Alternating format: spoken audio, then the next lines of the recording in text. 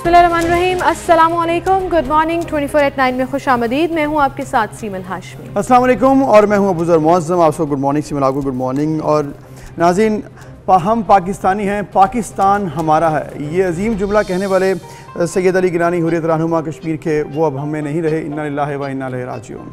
अल्लाह ताला उन्हें मग़फ़िरत करे उनकी और करवट करवट जन्नत नसीब करे।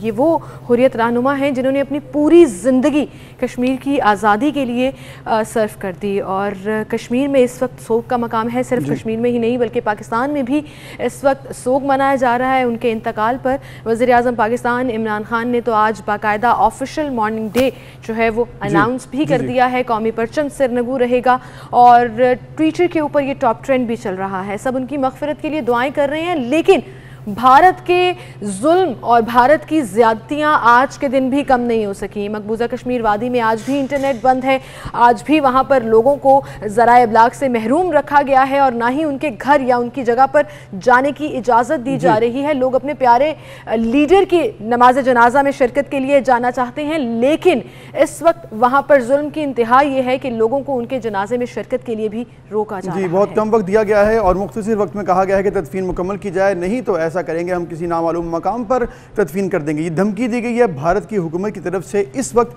जब कश्मीरी इस वक्त सोग में है, पाकिस्तान सोग में है और साथ साथ तमाम पाकिस्तानी और हुकूमत के तमाम नुमाइंदे वो भी इस वक्त इज़हार अफसोस कर रहे हैं। पाकिस्तान में भी अफसोस का इजहार किया जा रहा है। इसके साथ साथ गायबाना नमाज जनाजा भी जमात इस्लामी जो है उसका अरेंजमेंट करेगी मुल्क के मुख्तलिफ शहरों में और इलाकों में। इसके साथ साथ ये बात भी काबिल गौर है कि भारत ने किया क्या अली गिलानी के साथ, जो कि हुर्रियत रहनुमा थे। 40 साल से उनका पासपोर्ट जब्त करके रखा, गुज़िश्ता कई सालों से उनको घर पे नज़रबंद रखा, उनको इलाज की भी बेहतरीन सहूलियात नहीं दी गई हैं। और इसके साथ साथ कश्मीरियों आज एक कश्मीरियों ने एक बात की आज, उन्होंने कहा कि हम यतीम हो गए कश्मीरी, लेकिन इंशाल्लाह जो कॉज थी, जो सोच थी अली गिलानी की, वो तब तक जारी रहेगी जब तक कश्मीर को आज़ादी नहीं मिलेगी। बिल्कुल, ये सोच जो एक बीज उन्होंने बोया था और मुजाहिदे कश्मीर के नाम से ये जाने जाते थे, और आप जिस नारे का जिक्र कर रहे हैं कि हम पाकिस्तान है और पाकिस्तान हमारा है, ये नारा वो जोशो वलवला था जो कश्मीरियों की रगों में अब दौड़ता है। और सैयद अली हैदर गिलानी की जो पूरी ज़िंदगी की खदमात हैं वो बड़ी इम्पॉर्टेंस रखती हैं इस पूरे जोश जज्बे को और आज़ादी की इस जदोजहद को आगे लेकर जाने के लिए। बिल्कुल, और इसके साथ साथ तमाम कश्मीरी रहनुमा, हुर्रियत रहनुमा इस वक्त इज़हार अफसोस कर रहे हैं। और हम एक चीज़ समझते हैं, जब कश्मीरियों की आवाज़ अली गिलानी साहब बने थे उसके बाद से अब तक कश्मीरियों को जो आवाज़ मिली है उसकी कोई मिसाल नहीं मिलती। अली गिलानी की मोहब्बत पाकिस्तान से, और इसके साथ साथ ये भी उनका कहना कि हम पाकिस्तानी हैं, पाकिस्तान हमारा है, उसकी बुनियाद उन्होंने कहा कि हम मुसलमान हैं और हमारी एक नुमाइंदा मुल्क है पाकिस्तान। तो इंशाल्लाह जो उन्होंने ख्वाब देखा था, जो कि वो अपनी ज़िंदगी में तो पूरा ना कर सके, लेकिन इंशाल्लाह आइंदा एक वक्त आएगा जब वो उनका ख्वाब पूरा होगा और पाकिस्तान का हिस्सा बनेगा कश्मीर। बिल्कुल, पाकिस्तान का हिस्सा बनेगा कश्मीर। उनकी जदोजहद इंशाल्लाह आज़ादी कश्मीर तक जारी और सारी रहेगी। और उनका जो एक पॉलिसी नारा था कि पाकिस्तान हमारा है, वो पाकिस्तान इंशाल्लाह कश्मीर पाकिस्तान का हिस्सा बनेगा और कश्मीरियों को आज़ादी ज़रूर मिलेगी। ये दुआ हर पाकिस्तानी के लब पर है, हर कश्मीरी के लब पर है। अल्लाह ताला उन्हें करवट करवट जन्नत नसीब करे जी। इसी के साथ आज के प्रोग्राम की तरफ भी चलते हैं और देखते हैं आज हम आपसे कौन कौन सी टॉपिक्स डिस्कस करने जा रहे हैं। सबसे पहले नून लीग पीपल्स पार्टी, वक्त किसने ज़ाया किया? कराची की आवाम डेयरी फार्म्स के निशाने पर। प्लास्टिक सर्जरी के फवायद हैं या नुकसानात? पंजाब में कोरोना पाबंदियों में नरमी।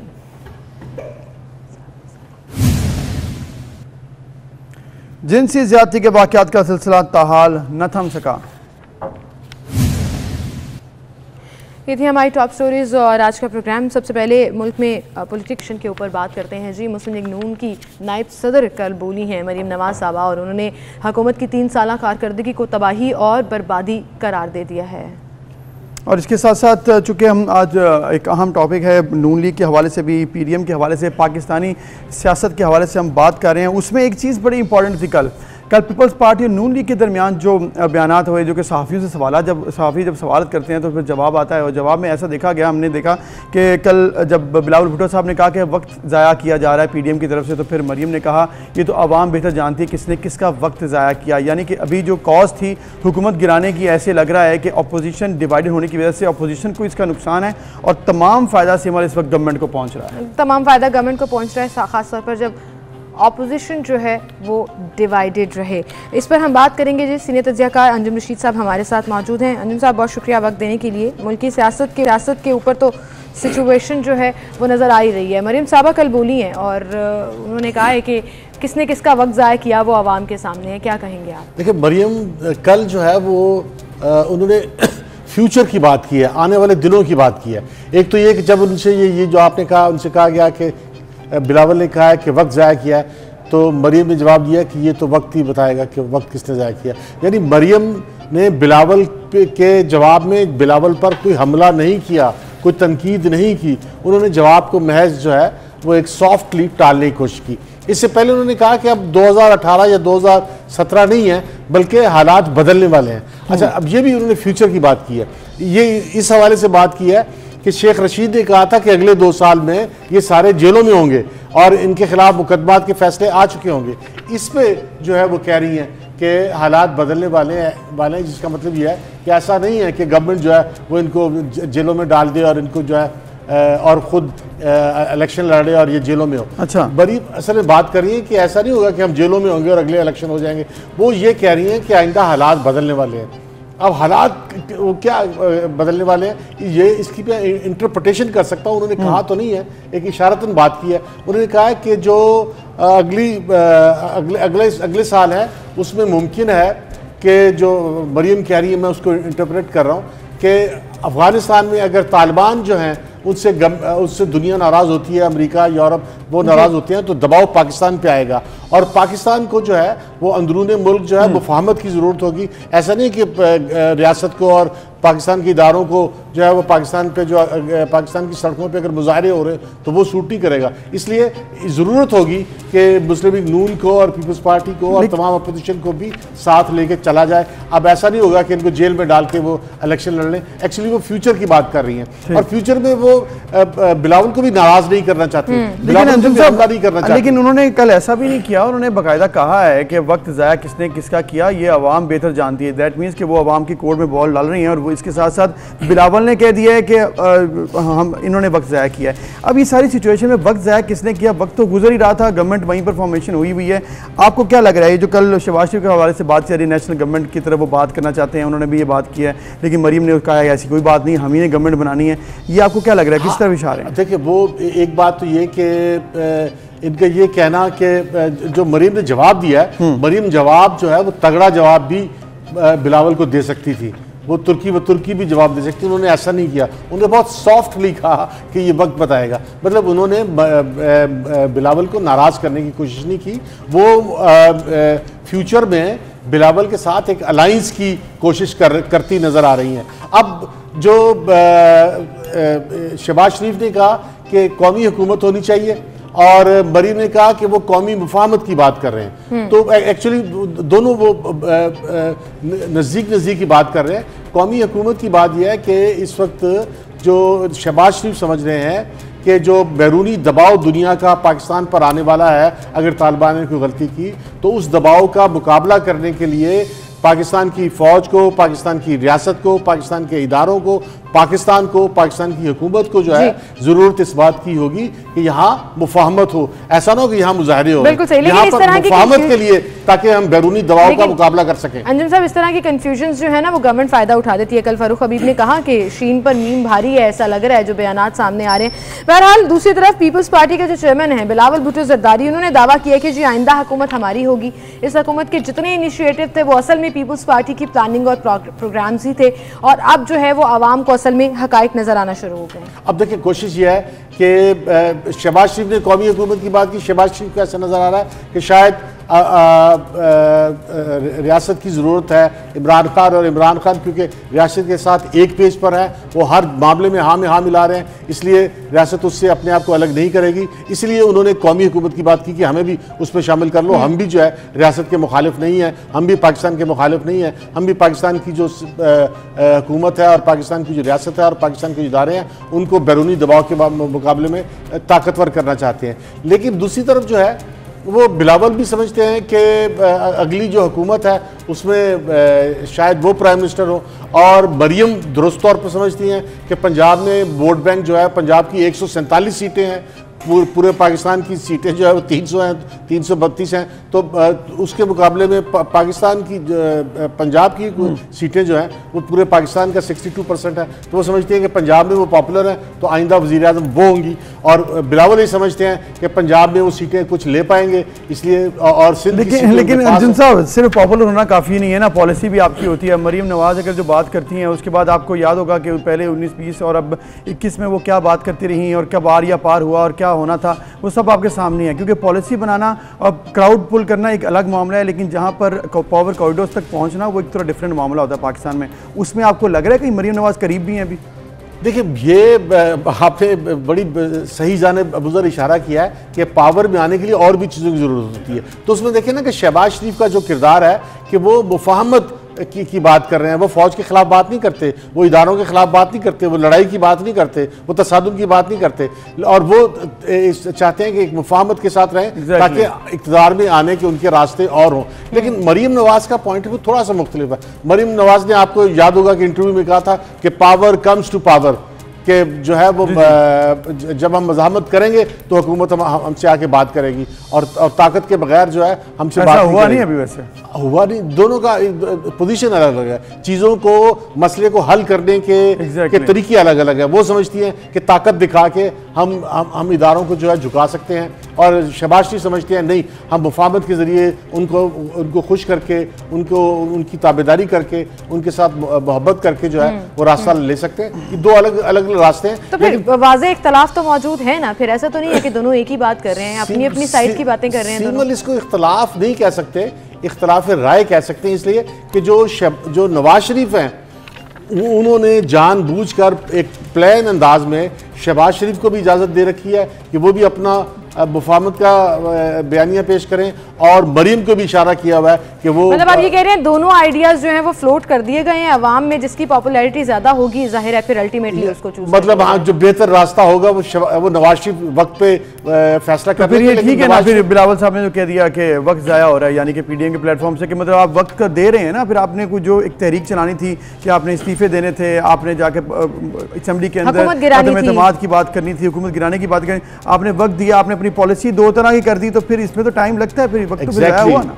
एग्जैक्टली बिलावल जो है वो पीडीएम पर तनकीद कर रहे हैं, मुस्लिम लीग नून पर तनकीद कर रहे हैं, और बिलावल देख रहे हैं कि मुस्लिम लीग नून के खिलाफ इलेक्शन लड़कर ही वो हुकूमत में आ सकते हैं। इसलिए आइंदा इलेक्शन में उन्हें मुस्लिम लीग नून की मुखालफत करनी है, मुस्लिम लीग नून के मुकाबले में अपने कैंडिडेट पंजाब में जितवाने हैं, मुस्लिम लीग नून का मुकाबला करना है, तो इसलिए वो मुस्लिम लीग नून पर हमला कर रहे हैं ताकि एक तजाद पैदा हो और उनका वोट बैंक जो है वो पंजाब में क्रिएट हो। लेकिन मरीम नवाज वैसे ये क्लियर कट हमला उस तरह से नहीं है, ये सहाफ़ी जब सवाल पूछते हैं तो उनके जवाबात में भी कुछ ऐसे क्रिस्पी चीज़ें निकल आती हैं जिसको बाद में फिर डिस्कशन का हिस्सा बना लिया जाता है। लेकिन अभी ये कहिएगा कि जो पीडीएम ने अनाउंस किया था, क्या आपको लग रहा है कि वो इस्लामाबाद की तरफ मार्च करेंगे और हुकूमत गिराने की तहरीक को आगे लेकर चलेंगे? देखिए, ये मौलाना फजलुर रहमान ने ऐलान किया था कि वो उस तरफ जाएंगे, इस्लामाबाद की तरफ जाएंगे, और जिसमें धरने का नाम नहीं लिया था लेकिन धरने का भी इशारा था, और इस्लामाबाद तक रैली निकालने का नाम तो लिया था कि रैली निकालेंगे, बहुत बड़ी रैली का नाम लिया था कि इस्लामाबाद में रैली निकालेंगे, और ये हुकूमत के खिलाफ एक बहुत बड़ा दबाव होता, हुकूमत को एक बहुत बड़ी परेशानी होती कि अवाम की इतनी बड़ी तादाद। शहबाज शरीफ साहब ने कह दिया कि ऐसा नहीं होना, तो मतलब और कह दिया 2 साल परेशानियां वो चिल में 24 घंटे के अंदर अंदर सारा मामला क्लियर हो गया। अंजू साहब, आपका बहुत शुक्रिया कि आपने बड़ी डिटेल में बात की, और आपने बताया कि इस वक्त सिचुएशन जो है वो आपस में ही मसाइल हैं, अपोजिशन के इस वक्त जब आपस में जब मसाइल रहेंगे तब तक गवर्नमेंट को इसका फायदा रहेगा। तो इसीलिए कहा जा रहा है कि वक्त ज़ाया हो रहा है, क्योंकि कोई पॉलिसी वाज़ेह नहीं है, डायरेक्शन एक सेट नहीं है, पार्टीज आपस में बची हुई हैं, एक ही की पार्टी दो बयानियों में भी बटी हुई है, तो ये सिचुएशन अगर रहेगी तो फिर हुकूमत से मुकाबला कैसे होगा। बहरहाल जी, एक ब्रेक की तरफ जाना है, ब्रेक लेते हैं, फिर हाजिर होंगे।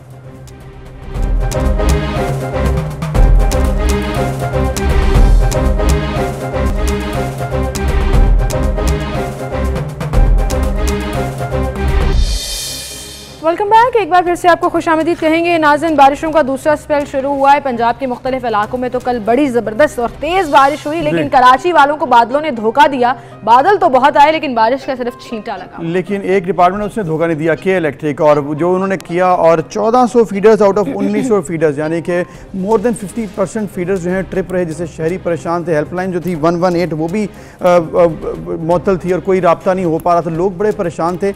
इसकी वजह क्या है? अचानक इतना क्यों? अचानक मैं तो कहती हूं हर दफा होता है, बारिश इतनी ज्यादा बारिश हो जाए तो फिर तो होता ही होता है, लेकिन ये तो छींटे के बाद भी बारिश हुई नहीं है, तो फिर अचानक क्यों इतना मसला क्रिएट हो गया? क्या जवाब दे रहे हो सकता है? आपको नहीं पता, बेचारे कराची वाले तो इस कड़े इम्तिहान से हमेशा ही गुजरते हैं। तो देखें, हर दफा कोई ना कोई रीजन होती है, इस दफा कोई रीजन भी नहीं थी, ऐसी कोई बारिश नहीं थी, ऐसा कोई सिस्टम नहीं था, कोई तूफान नहीं आया, फिर क्यों हुआ ये जानना बड़ा जरूरी है। हमारे साथ हबीब खान मौजूद हैं, उनसे हम जानते हैं। हबीब, ऐसा क्या हुआ कि मोर देन 50% फीडर्स ट्रिप कर गए कराची में? लोग बड़े परेशान थे, रात भर ट्वीट्स भी हमने देखी, हुआ क्या है? अस्सलाम वालेकुम अबूज़र। देखें, कल एक जो सूरत हाल का सामना रहा शहर कायद में, जहाँ पर अभी आपने भी अपडेट किया कि 1900 में से 1400 जो फीडर्स हैं वो उससे ज़ायद ट्रिप कर गए थे और शहर का तकरीबन 70 से 80% हिस्सा जो है वो बिजली से महरूम हो गया था। इसकी वजूहत जब बताई गई हैं तो कल NTDC ने भी इस हवाले से जो है वो आगाह किया। उसके साथ साथ के इलेक्ट्रिक ने भी कल जो अंदरूनी सिंध में इस वक्त बारिशों का सिलसिला जारी है, जहां पर हैदराबाद, जामशोरो और ठट्टा की तरफ बारिशें हो रही हैं, वहां पर आसमानी बिजली गिरने का जो वाकया है वो रुनुमा हुआ है, जिससे NTDC और के इलेक्ट्रिक की जो सप्लाई लाइन है, हाई ट्रांसमिशन लाइन, वो मुतासिर हुई थी, जिसके बायस जो है वो कराची आने वाली जो सप्लाई लाइन है वो तकरीबन पूरी तरह से मुतासिर हुई और बिन कासिम पावर प्लांट 1 से जो कराची को बिजली सप्लाई होती है वो मुनक़ता हुई, जिससे हमने देखा कि शहर का तकरीबन 70 से 80% इलाका जो है वो बिजली से महरूम हुआ, जिसमें कराची के मोस्ट ऑफ द पोश एरियाज हों या इसके अलावा दीगर इलाके हों, जिसमें डिफेंस, क्लिफ्टन, गुलशन इकबाल, याकूबाद और इसके अलावा दीगर नौताज़ाबाद समेत दीगर जो इलाके हैं वहाँ पर शहरियों की जानिब से कंप्लेंट्स भी आती रहीं। और ये सिलसिला जो है जब बिजली की जो फराहमी मुनक़ता हुई है, उसके बाद शहर में हमने देखा कि 3 से 4 घंटे बाद तक जो है वो शहरियों की जानिब से ये कंप्लेन आती रही कि जब NTDC ने भी लाइन की बहाली कर दी है, उसके बावजूद जो ये मसला है लाइन से जो सप्लाई बहाल होने के बावजूद शहर में सप्लाई लाइन बेहतर नहीं हो सकी है, उस पर हमने देखा कि 118 जो के इलेक्ट्रिक की हेल्पलाइन है वो भी मुकम्मल हमें उस वक्त डेड नजर आई।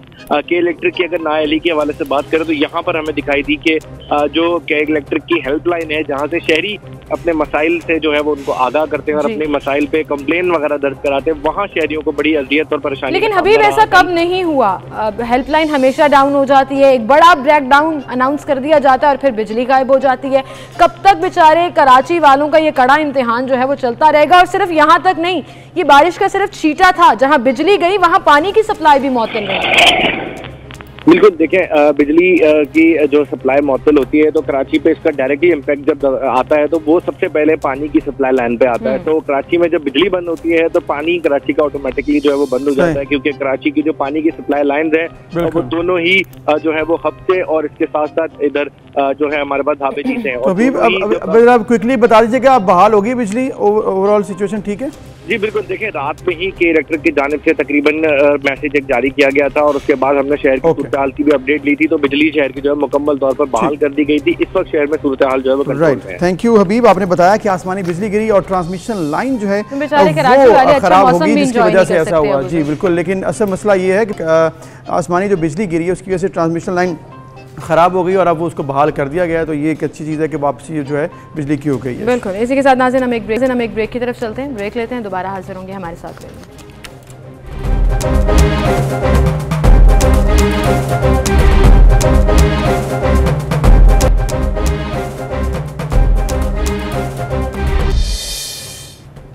Welcome back viewers. अब हम बात करेंगे एक ऐसे इशू के ऊपर जो कि बहुत ज़्यादा आम तो नहीं है लेकिन बहुत ज़्यादा इंपॉर्टेंट ज़रूर है, क्योंकि हमने ये देखा है कि हेल्थ सेक्टर में बहुत सी डेवलपमेंट होती हैं, टेक्नोलॉजी आती है, उसी में एक ज़्यादा इंपॉर्टेंट जो टेक्नोलॉजी हमने देखी रिसेंट ईयर्स में उसका बहुत ज़्यादा इंपॉर्टेंस बन भी गई, वो है प्लास्टिक सर्जरी। और इसके साथ साथ प्लास्टिक सर्जरी के अंदर जो डायनामिक्स हैं उसके और उसकी इंपॉर्टेंस जो है वो हमने देखी है कुछ रिश्ता कुछ अरसे में बहुत ज़्यादा बढ़ गई है। प्लास्टिक सर्जरी की जब भी हम बात करते हैं तो शायद जहन में आ जाता है कि ये कॉस्मेटिक सर्जरी होगी, कि आपने खूबसूरत बनना है, बेहतर दिखना है, कुछ चीज़ आपको पसंद नहीं आ रही तो आप उसको चेंज कराना चाहते हैं। ऑल्दो ये एक बहुत बड़ा एस्पेक्ट है, लेकिन वहीं पर इसकी इंपॉर्टेंस बहुत ज़्यादा है जब हम बात करते हैं एसिड विक्टिम्स की, जब हम बात करते हैं कैंसर पेशेंट्स की, जब हम बात करते हैं बर्न विक्टिम्स की, जिनके लिए प्लास्टिक सर्जरी किसी भी नेमत से कम नहीं है। पाकिस्तान के one of the top plastic surgeon इस वक्त head of department services hospital हैं, और मैं अक्सर ये बात उनके बारे में कहती हूँ कि ये प्लास्टिक सर्जन्स के टीचर हैं, मतलब टीचर्स के टीचर हैं, पायनियर हैं, जिन्होंने न सिर्फ खुद इंटरनेशनली ट्रेनिंग ली है और अब आगे लोगों को सिखा भी रहे हैं और साथ साथ खुद भी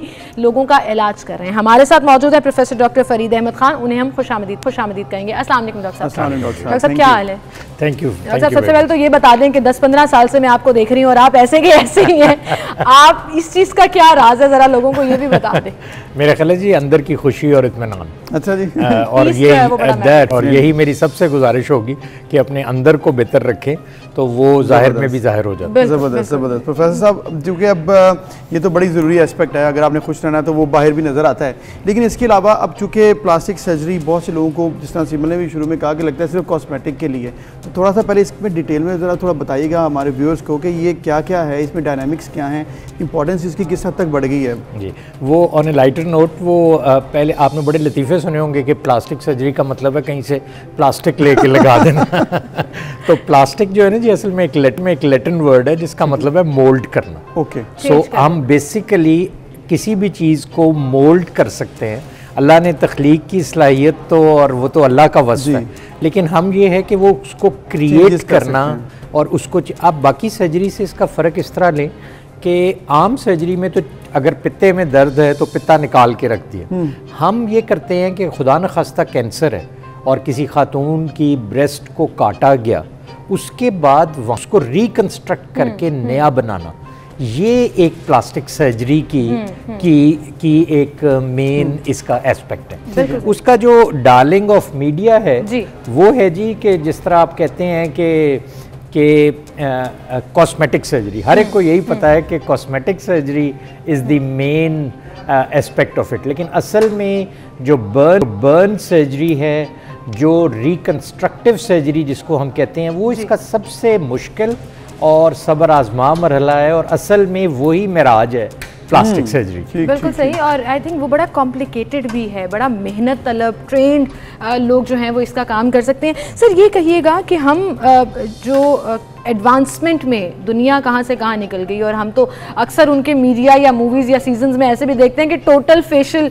रिकन्स्ट्रक्शन हुई और शख्स ही चेंज हो गया, बट खैर वो तो एक फिक्शन की बात हो गई। हम एडवांसमेंट में कहाँ स्टैंड करते हैं, वो चाहे ट्रेनिंग वाइज हो, वो चाहे इक्विपमेंट वाइज हो?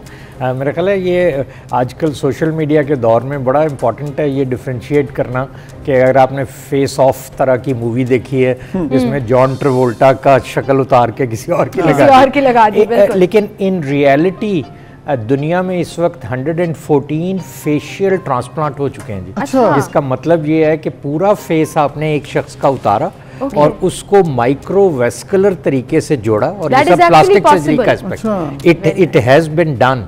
जो पहली खातून थी वो फ्रांस में आइजाबेल डिनोरी थी, जिनका डॉग बाइट से सारा फेस च्यू हो गया था और वो निकाला। आपका जो दूसरा सवाल है वो बड़ा इंपॉर्टेंट है, और वो ये है कि हम कहाँ खड़े हैं। तो you would be very glad to know कि माशाल्लाह दुनिया भर में जो प्लास्टिक सर्जरी के प्रोसीजर्स हो रहे हैं वो अब माशाल्लाह पाकिस्तान में भी हो रहे हैं, और मुझे अल्लाह का बड़ा शुक्र है, आई एम वेरी हम्बल्ड कि मेयो अस्पताल में सबसे पहले जो माइक्रोवेस्कुलर सर्जरी की इब्तिदा है। इसका मतलब ये है कि आप जिस्म का कोई भी हिस्सा उसकी बारीक खून की नालियों के साथ लेके और उसको आप कहीं और ले जाके जोड़ दें। तो डॉक्टर साहब इसमें चूँकि जिस आपने जिक्र किया है कि चेहरा बदल दिया, चेहरा ऑब्वियसली किसी और का होगा तो वो उसकी लाइफ होती है, ये सारा मैकेनिज्म पाकिस्तान में क्या हो सकता है पॉसिबल इस वक्त है, और ये जो बाजू है, टांग है, इस तरह से कोई चीज़ अगर लगना है तो ऑब्वियसली डेड पर्सन का ही होगा या कोई डोनेट कर देगा। डोनेट तो नहीं, खैर डेड पर्सन का ही हो सकता है डोनेशन।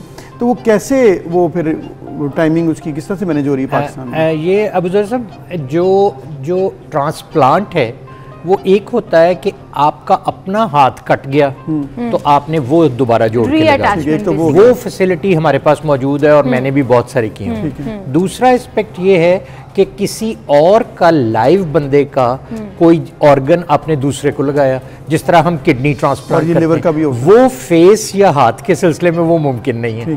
तीसरा एस्पेक्ट आता है कैडावेरिक ट्रांसप्लांट, तो उस पर हमने बड़ा काम किया है और अब माशाल्लाह this is the future of transplant in our country.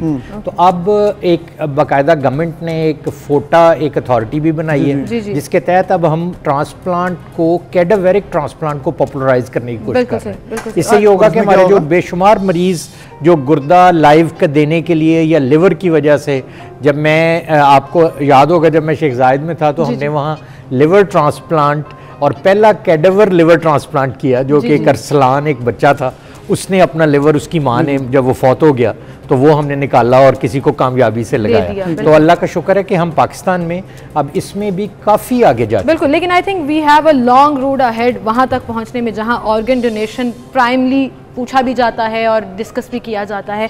So coming back on plastic surgery, जहां हम मेजर पेशेंट्स और जैसे बर्न पेशेंट या कैंसर पेशेंट या किसी ट्रॉमा या एक्सीडेंट पेशेंट्स का जिक्र करें, वहीं पर कॉस्मेटिक सर्जरी भी नो डाउट एक बड़ा इंपॉर्टेंट पार्ट है इसमें। वहाँ पे हम कहाँ तक पहुँचे हैं? मतलब नाक टेढ़ी है तो सीधी हो जाती है, आंखें छोटी हैं तो बड़ी हो जाती हैं, मेरी एक आईब्रो नहीं उठती है तो क्या ये ठीक हो जाएगी? ये बड़े क्वेश्चंस हैं आई एम श्योर जो आपसे डेली बेसिस पर पूछे जाते हैं। That's right. मैं जब इंग्लैंड से यहाँ आया ना जी, तो मेरा ख्याल था कि यहाँ हम सिर्फ बर्न और वुंड्स और कैंसर का इलाज करेंगे, लेकिन यहाँ शाम की प्राइवेट प्रैक्टिस के बाद अंदाज़ा हुआ कि यहाँ तो लोग इंग्लैंड और अमेरिका से ज़्यादा कॉन्शियस हैं अपने के मुतालिक। और बड़ी इंटरेस्टिंग आपको बात बताऊँ, मर्द औरतों से भी ज्यादा इंटरेस्टेड है। अच्छा, हाँ जी, ये तो राज खोल रहे हैं। राज पहली दफा मेरे किसी अब मैं आपसे पॉपुलर नाम पूछना शुरू कर दूंगी कि कौन-कौन आपके पास आया है ये सब कराने। की मतलब ज्यादा डिमांड आती है। पहली तो बात ये है कि मैं अपने स्टूडेंट्स को भी ये बताता हूँ कि आजकल आप सोशल मीडिया में बहुत ज्यादा देखते हैं इश्तिहार, हमने फ्लांग का ये कर दिया। अब इस सीने में जितने राज मेरे अंदर दफन है वो नहीं, लेकिन कॉन्फिडेंशियलिटी हमारी हर मेडिसिन की ब्रांच का बहुत इंपॉर्टेंट पार्ट है। अगर कोई मेरे पास नहीं, हम आपसे नाम नहीं पूछ रहे, हम ये पूछ रहे हैं कहते क्या डिमांड्स क्या हैं ज्यादातर? अच्छा, मर्दों की सबसे ज्यादा डिमांड जो है जी वो हेयर ट्रांसप्लांट, ठीक है, वो तो एक। और औरतों की जो सबसे ज्यादा डिमांड है वो नाक को सीधा करना। ये मैंने आपसे सबसे पहले पूछा। आपको अंदाजा है ना कि यहाँ पे जो नाक है वो सासों को 7वां नाक बहुत पसंद है। तो मुझे जब कोई कहता है कि इसकी आइडियल एज क्या है, राइनोप्लास्टी इसको हम कहते हैं, राइनोसॉरस से, तो यहाँ आमतौर पे हमारी जरा जो पाकिस्तानी नोज है वो जरा बॉक्सी और फीनी जिसको आप कहते हैं सैडल नोज होती है, या तो वो फिर बहुत बड़ी होती है, चेहरे से भी ज्यादा बड़ी होती है, तो वो बाज का हम्प होता है। तो वो फिर जब वो रिश्ते की उम्र आती है बच्ची की तो फिर माँ को ख्याल आता है, फिर वो चाहते हैं कि अब रिश्ता देखने से पहले नाक। तो डॉक्टर साहब, अब चूंकि बहुत सी डिमांड्स भी हैं प्लास्टिक सर्जरी में, एक और इसके साथ आता है कि अक्सर लोग कहते हैं साइड इफेक्ट्स भी होते हैं, लोग साइड इफेक्ट से डरते हैं कि पता नहीं अगर मैं करवाया तो कुछ और मसला ना हो जाए, और इस हवाले से साथ इसका महंगा होने के हवाले से भी लोगों के बड़े तहफ़्फ़ुज़ात होते हैं। इन दोनों एस्पेक्ट पर ज़रा बताइएगा। अच्छा, ये बड़े पर्टिनेंट सवालात हैं जो आपने किए हैं। पहली बात तो ये कि एक चीज़ होती है जी प्रोफेशनलिज्म और एक चीज़ होती है कमर्शियलिज्म। ठीक है। अब हमारी अनफॉर्चुनेटली ख़ास तौर पे कॉस्मेटिक सर्जरी में कमर्शियलिज्म बहुत आ गया है। तो मेरी ख़ास तौर पे आपके तवसत से ये गुजारिश है कि अगर आप अपना सूट ख़रीदने के लिए 3 दुकानों पे जा सकते हैं तो सिर्फ खुदा के लिए एक इश्तिहार देखने के लिए अपने पूरे फेस या बॉडी को आप उनके हवाले ना कर दें। और बहुत ज़्यादा आमतौर पे ये कहते हैं कि quacks are more dangerous than quakes, मतलब जो अताई डॉक्टर हैं वो ज़्यादा ख़तरनाक हैं ज़लज़लों से। बिल्कुल सही, बिल्कुल। तो इसलिए जो सबसे इम्पॉर्टेंट बात ये है कि इसकी ट्रेनिंग, कॉस्मेटिक सर्जरी की ट्रेनिंग सबसे लंबी और सबसे लेबोरियस है, सबसे मुश्किल है, सबसे ज़्यादा डिटेल्ड है, क्योंकि हम जी नॉर्मल पेशेंट को बेहतर बनाना है ना, हमने ये तो नहीं करना कि एक बीमार आदमी आएगा तो उसको हमने थोड़ा ठीक कर दिया। और अगर खुदा न खास्ता आप किसी यंग मॉडल, किसी एक्ट्रेस, किसी का कोई चीज़ ख़राब हो जाए तो पूरा करियर ख़त्म हो जाता है। बड़ी डेलिकेट तो इसलिए इसमें और एक बात आपको हमेशा याद रखनी है कि अगर कोई शख्स आपको ये कहे कि मैं ये प्रोसीजर कर दूंगा और इसका कोई साइड इफेक्ट आज तक कभी डिटर्मिन ही नहीं हुआ, तो अगर आप पानी भी ज्यादा पिएंगे ना तो आपको थोड़ी सी ब्लोटिंग हो जाएगी। बिल्कुल सही कह रहे हैं। तो every effect has got its side effects as well. अब यहाँ प्रॉब्लम ये है कि एवरीथिंग इज नॉट ग्रीन। जब आप किसी के पास जाते हैं और वो आपको ये कहे कि ये, तो आप जरूर उनके डिग्रीज देखें, उनका एक्सपीरियंस देखें करके और तसल्ली करें। और जहाँ तक आपने महंगा और सस्ता होने का बताया ना जी, खुदा के लिए अगर आप सीरियस हैं अपनी किसी डिजीज़ के मुतालिक तो फिर इस चीज़ को ना सोचें कि सरकारी अस्पतालों में भी अब हमारे यहाँ प्लास्टिक सर्जरी मुफ्त तकरीबन होती है। तो इसमें यह है कि जो अगर आप बेस्ट स्टैंडर्ड की चीज़ करेंगे तो उसमें ऑब्वियसली कॉस्ट इन्वॉल्व होती है, लेकिन जो आम प्रोसीजर्स हैं जिस तरह आप फिलर या बोटॉक्स या हम करते हैं, या आपने जैसे सुना होगा PRP आजकल बालों के लिए बहुत होती है, वो बहुत ही सस्ती चीज़ें हैं। लेकिन जो परमानेंट फीचर्स हैं जैसे फेस लिफ्ट है, या अगर आप बेहतरीन करना चाहेंगे तो फिर आपको you have to bear some cost. बिल्कुल सही। और मैं ख्याल है वो देनी भी चाहिए। अगर आप बार महंगा रोए एक बार तो वो अच्छा होता है कि महंगे से क्वालिटी तो कम से कम आ जाती है। लेकिन डॉक्टर साहब ज़रा ये भी थोड़ा सा एक्सप्लेन कर दीजिएगा जाते जाते कि लोग सर्जरी की तरफ कम जाते हैं, लोग खुद सेल्फ प्रिस्क्राइब करते हैं कि हमें जो है वो नॉन सर्जिकल प्रोसीजर्स कराने हैं। सो ज़्यादा रुझान पाकिस्तान में किस चीज़ का है, नॉन सर्जिकल और सर्जिकल? अच्छा जी, हर खातून का ये ख्वाब होता है कि वो दोपहर को कहीं जाए और सपहर को वो वहाँ से मुकम्मल तौर पे बाबी डॉल हो के निकले। तो ये ख्वाब तो आपको ख्वाब देखने का तो पूरा हक है। लेकिन in reality this is a little difficult. मैं आपको बात बता दूं कि नॉन सर्जिकल चीज़ें भी इतनी कॉमन हो गई हैं और इतनी पॉलिश हो गई हैं कि अब हमेशा हम इसको अपनी ज़ुबान में रिकंस्ट्रक्टिव लेडर कहते हैं। मतलब आपने पहले नॉन सर्जिकल से शुरू करना है, फिर मिनिमली इन्वेसिव के पास जाना है, और फिर लेकिन जितना गुड़ डालेंगे ना उतना मीठा होगा। And let doctor decide. अपनी गूगल डॉक्टर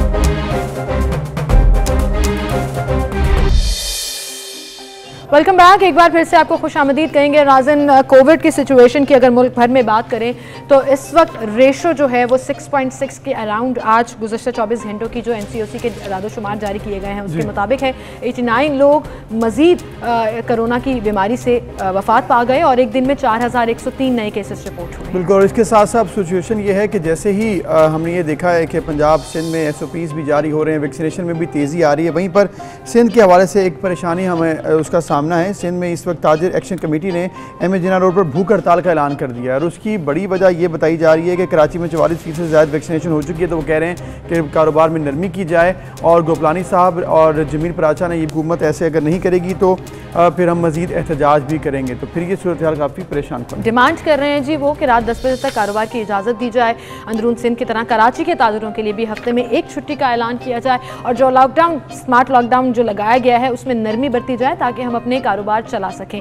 ख़ासतौर पर होटल इंडस्ट्री जो है वो बुरी तरह मुतासर हुई है। उन्होंने कहा कि इंडोर डाइनिंग की इजाज़त दे, फिर सूबे में फौरी तौर पर शादी हॉल्स और उनको इंडोर शादियों की इजाज़त दी जाए। तो ये वो डिमांड्स हैं जो ताजर बरादरी कर रही है। अब सिंध हुकूमत ने और कराची की एडमिनिस्ट्रेशन ने क्या सोचा है, किस तरह से इसको टैकल करना है, क्योंकि स्कूल्स के हवाले से तो डिसाइड कर लिया गया था कि स्कूल अब खुल चुके हैं और 50% हाजिरी के साथ ऑल्टरनेट डेज पर बच्चे जो हैं वो स्कूल जा रहे हैं। लेकिन बाकी इंडस्ट्री वाले जिसे कहते हैं ना वो भी उतावले हो रहे हैं कि ताजिर बरादरी खास तौर पर, होटल इंडस्ट्री खास तौर पर और उसमें शादी हॉल्स भी, ये तमाम वो सेक्टर्स हैं जो चाह रहे हैं कि हमारे लॉकडाउन में नरमी की। जैसे जैसे वैक्सीनेशन में तेजी आ रही है, लोग वैक्सीनेशन के बारे में तो वो चाह रहे हैं कि फिर हमारा कारोबार भी बहाल हो।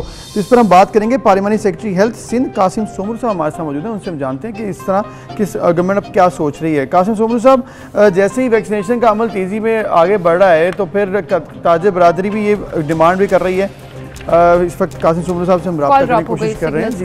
थोड़ा प्रॉब्लम तो 44% से ज़्यादा अगर वैक्सीनेशन होगी और लोग यही चाह रहे हैं कि अगर आप 50% के साथ हमें होटल्स या फिर कारोबारी मराकज़ में आने दें और जो रूटीन की लाइफ है उसमें बहाल कर दें, तो फिर डिमांड्स तो बढ़ रही हैं और जैसे जैसे वैक्सीनेशन का अमल तेज़ हो रहा है डिमांड्स में भी तेज़ी आ रही है। लेकिन एक प्रॉब्लम कि भूख हड़ताल की कॉज देना ये थोड़ी परेशानी की बात है। बिल्कुल, इसका मतलब है कि एक्सट्रीम मेजर पर जाना चाह रहे हैं। इससे पहले भी ताजरों ने बहुत दफ़ा कहा कि आप जेल भरो तहरीक भी हम शुरू कर सकते हैं, हमें पकड़ कर ले जाएं जेल में, लेकिन हम अपने कारोबार को सफ़र नहीं कर सकते, कारोबार तबाह नहीं कर सकते। लेकिन बहरहाल जी अभी ये जो डिमांड सामने रखी गई हैं हमेशा से एक ही सजेशन रही है और वो सजेशन ये है कि सब मेजर स्टेक होल्डर्स एक टेबल पर आएँ और मिलकर बात करें, मिलकर डिसाइड करें। कुछ चीज़ें जो है वो गवर्नमेंट की पॉलिसी को रिवाइज भी कर सकते हैं, कुछ चीज़ें ताजर बरादरी को भी माननी पड़ेगी for a bigger cause.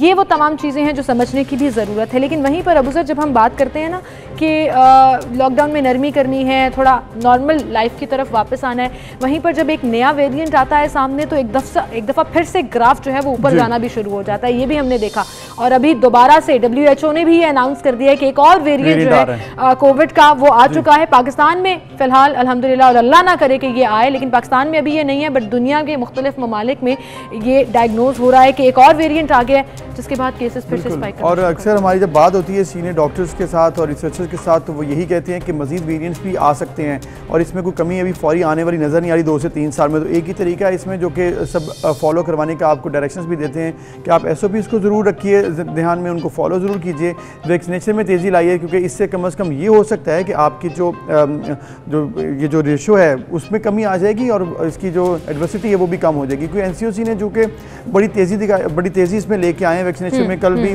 Sputnik की मजीद 10 लाख वैक्सीनेशन पाकिस्तान पहुंच रही है। मोटेना यहाँ पर पाकिस्तान में मौजूद है, साइनोवैक चाइना की तमाम वैक्सीन यहाँ पर मौजूद है। तो वैक्सीनेशन में अब कोई वैक्सीनेशन की अवेलेबिलिटी में कोई प्रॉब्लम नहीं है। अगर सिर्फ एक प्रॉब्लम है तो लोग बड़ी तादाद में जाएं तभी ये बेहतरी आ सकती है। बिल्कुल, और अब NCOC ने ये भी डिसाइड कर दिया जी 18 साल से कम उम्र के अफराद जो हैं वो कोरोना वैक्सीनेशन की नज़रसानी की जो गाइडलाइंस है वो हम जारी करेंगे। और फिर उन्होंने कहा कि 12 से 17 साल की उम्र के कम कुव्वत मुदाफ़ियत वाले लोगों को फाइज़र वैक्सीन लगाई जाएगी, यानी कि वो बच्चे जो हेल्थ वाइज कॉम्प्रोमाइज्ड हैं या खुदा न खास्ता किसी मेजर बीमारी में मुब्तला हैं जिनकी वजह से उनकी कुव्वत मुदाफ़ियत जो है वो कम हो जाती है, तो उनको स्पेसिफिक केसेस की बेसिस पर फाइज़र वैक्सीन लगाई जाएगी और इन तमाम अफराद को मेडिकल दस्तावेज़ात फराहम करना होंगी, उसके बाद ही उनकी वैक्सीनेशन अप्रूव होगी। और वैक्सीनेशन के लिए लोगों के ग्रुप की हद कम करके अब 17 साल कर दी गई है। बिल्कुल, और फाइज़र वैक्सीन जो है वो लगेगी इन अफराद को जो कि अपनी कुव्वत मुदाफ़त के हवाले से सर्टिफिकेट्स लेके आएंगे और 18 साल से कम उम्र अफराद जो हैं उनके हवाले से ये तमाम बातें अभी सामने आ रही हैं। अब इस वक्त सिचुएशन है क्या, किस तरह से तमाम